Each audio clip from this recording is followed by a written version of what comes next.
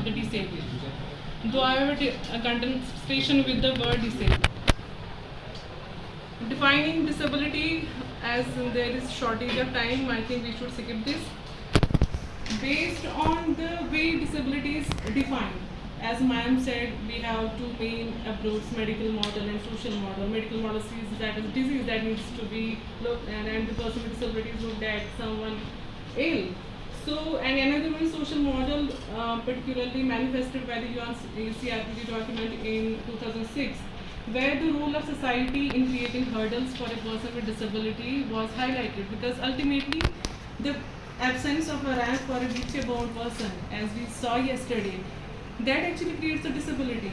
If staircase is mandatory for a so-called normal person, similarly a ramp is required by a wheelchair-bound person.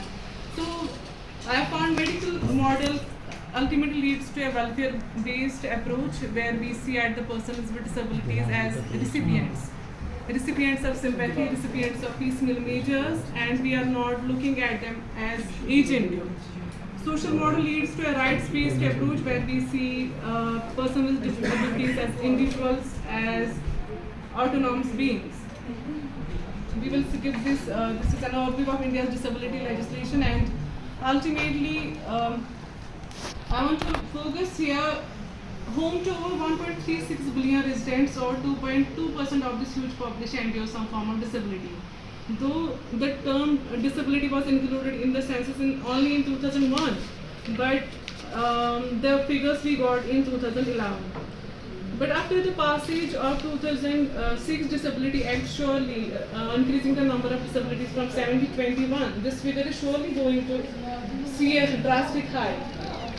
Only 8 out of 100 ministers have a mention of persons with disabilities in their programs and schemes, and we have found in the 2019 election manifesto there were only 3 political parties, BJP, INC and CPIM, that mentioned persons with disabilities in their manifestos. The rest of the parties did not mention them anywhere.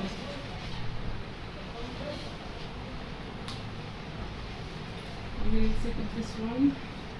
In 2019 European Parliament election, approximately 4 lakh persons with disabilities in 14 countries were deprived of right to vote, though all the member states are parties to the CRPD based on intellectual disability, because we have not specified it properly. So a number of persons with a bit of psychosocial impairment gets excluded in the right to vote.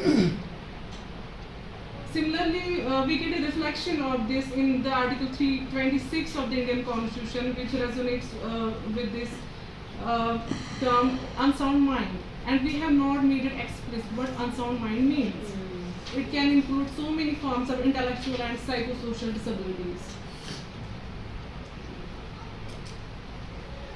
My argument is that nothing about us without us is the slogan used by disabled people worldwide to indicate their exclusion from decision making.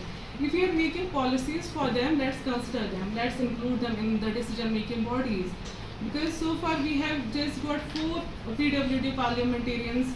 Jepa Reddy was there, and there were very few. And since then we have 6 members of legislative assemblies. I will try to conclude. Let's shift from welfareist approach by consociational democracy, by the recognition of every interest, and give them a chance to substantively represent them and arrive at a developmental approach in essence. In any legitimate understanding of democracy, citizens must be treated equally as participants in the political process, but they must also be treated equitable as the subjects of public policy. It's only when people are consistently present in the process of working out alternatives that they have much chances of challenging the dominant conventions. Once we alter the composition of policy-making bodies, once we give the persons with disabilities a chance to represent themselves in the decision-making bodies, that would surely change the character of issues and policy discussed. In other words, quantitative change will ultimately lead to qualitative change.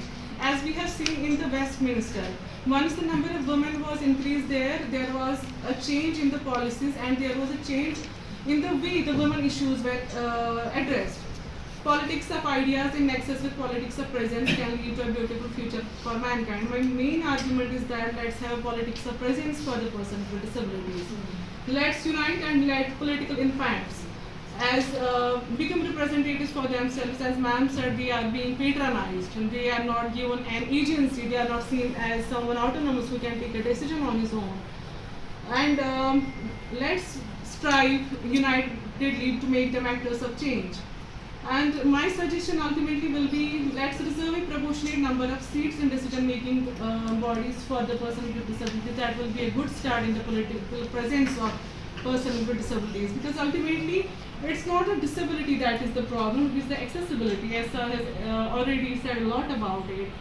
So my argument is, let's strive for a proportionate reservation quota for persons with disabilities in every tier of government, not only local. Let's start with local, and just like we have reserved seats for SCs, STs, let's strive, let's fight together to get a proportionate number of seats reserved for their political representative, for their fair political representation. Once again, disability is not the problem, accessibility is. I conclude with this. Thank you. Thank you so much.